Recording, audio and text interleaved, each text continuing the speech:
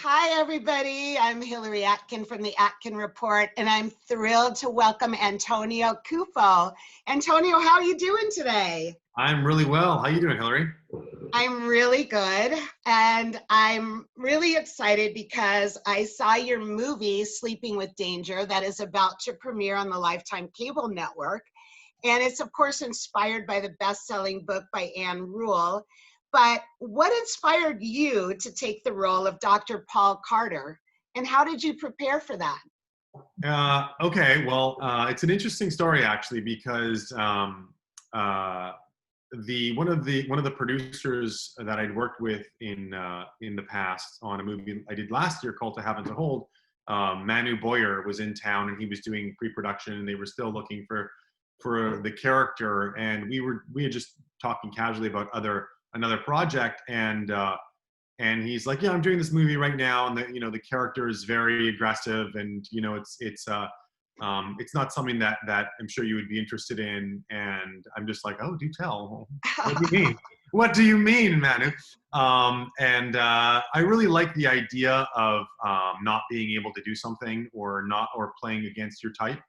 And he went ahead and explained a little bit of it, and I said, look, um, it would be a dream role for me to do because it's so unlike my character, and I feel like whenever you take on a character that's psychologically charged, that has very odd or twisted motivation, it gives you an opportunity to do something fun.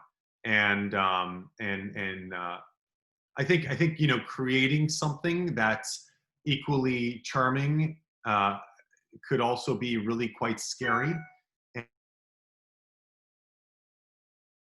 Uh-oh. in my life that are have been similar kinds of people in the way that Paul Carter is manipulative and other things. I feel like the charm of those real life people was over the top. Like they were always very engaging and very charismatic, and it's just like you just want to trust them and believe them.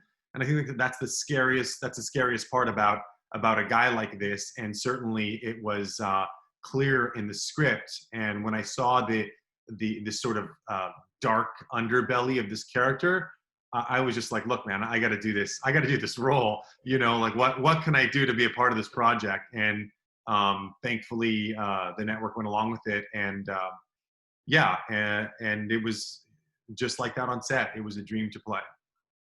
Well, just from the very beginning, when you and Elizabeth Rome's character Grace first meet, Yeah. I'm not doing any spoilers, but you're a doctor and she comes into the office. And I was just drawn into the story from the very beginning. But because almost all of your scenes are with her, I'd love to hear about your relationship working together.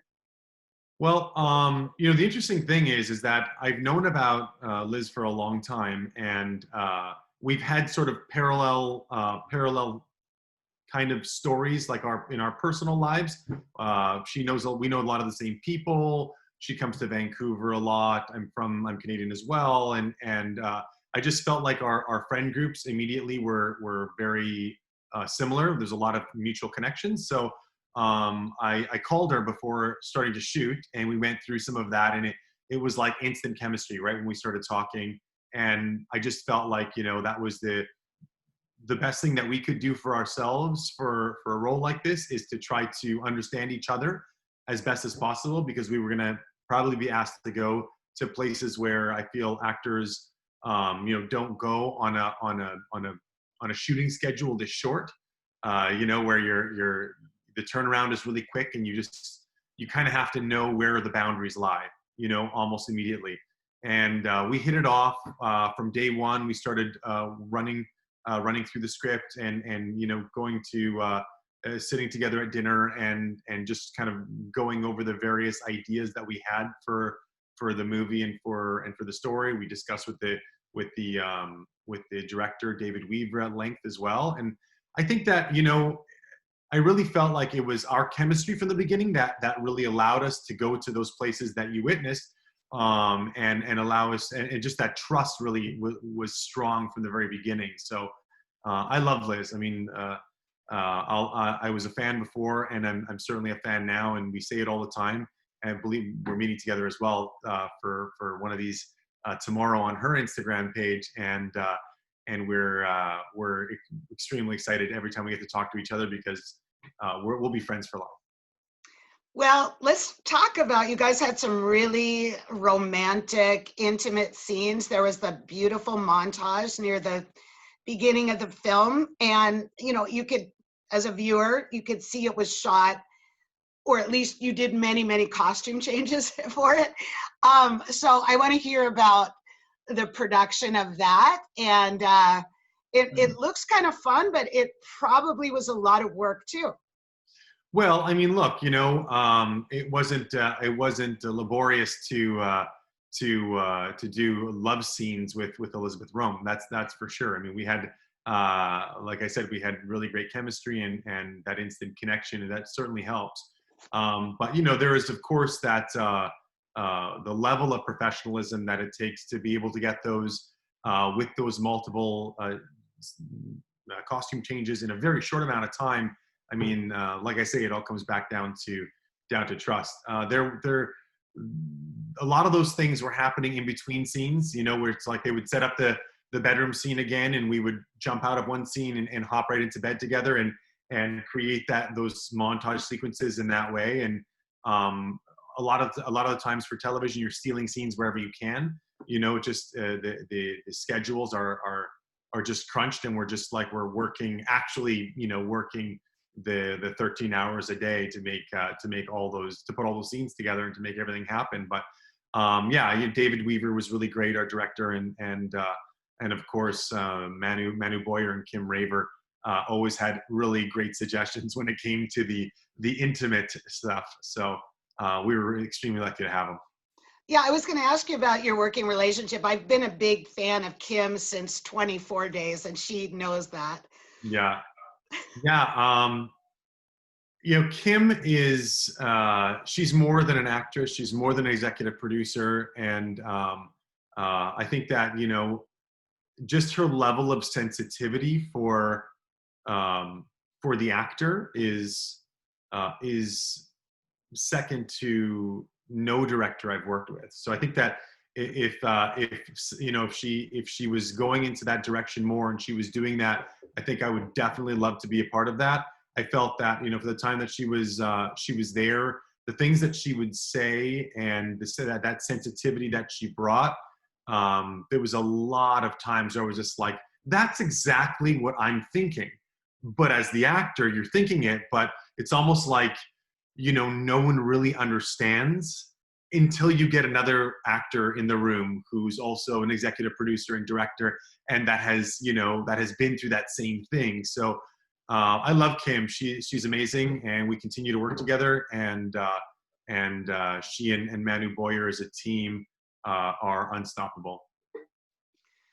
Well, let's shift gears. You mentioned Kim's sensitivity, but obviously, you know, a lot of the film focuses on the very tragic issues of abusive relationships that result in domestic violence and even in murder. So what was it like feeling the weight, I'm just going to call it, of that evil and monstrousness that had to be displayed to tell this really moving story? Yeah. Well, you know, here's the thing. To be able to report, so to speak, on this kind of a story, to bring the physicalization behind that kind of a character, you want to do that character and the story justice. I mean, like, our primary function there is to bring to life what the writer had intentioned. And you know, I know probably after the movie I'll get a bunch of mail saying like, how dare you, and my friends' moms will be calling you know, my mom probably, and saying like, you know, your son is not the person we thought he was. And you know, that But happens that's a lot. because you were so convincing as Paul.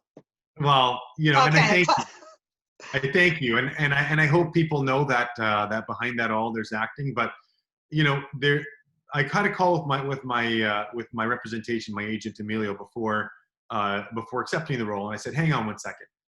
The script is really good, but could this potentially be damaging to my career? Yeah. And he said, only if you do it poorly.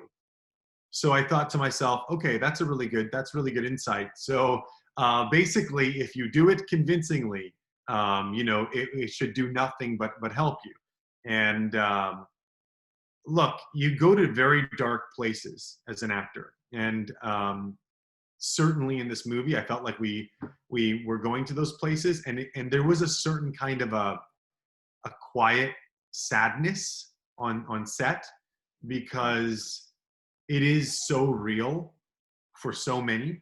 And even if you haven't lived through it personally, which many people have, Right. um, I feel like because it could happen to anyone, and I mean anyone, girls, guys, young, old, it is so close to home for so many. And I know it certainly was for me and certainly for Elizabeth.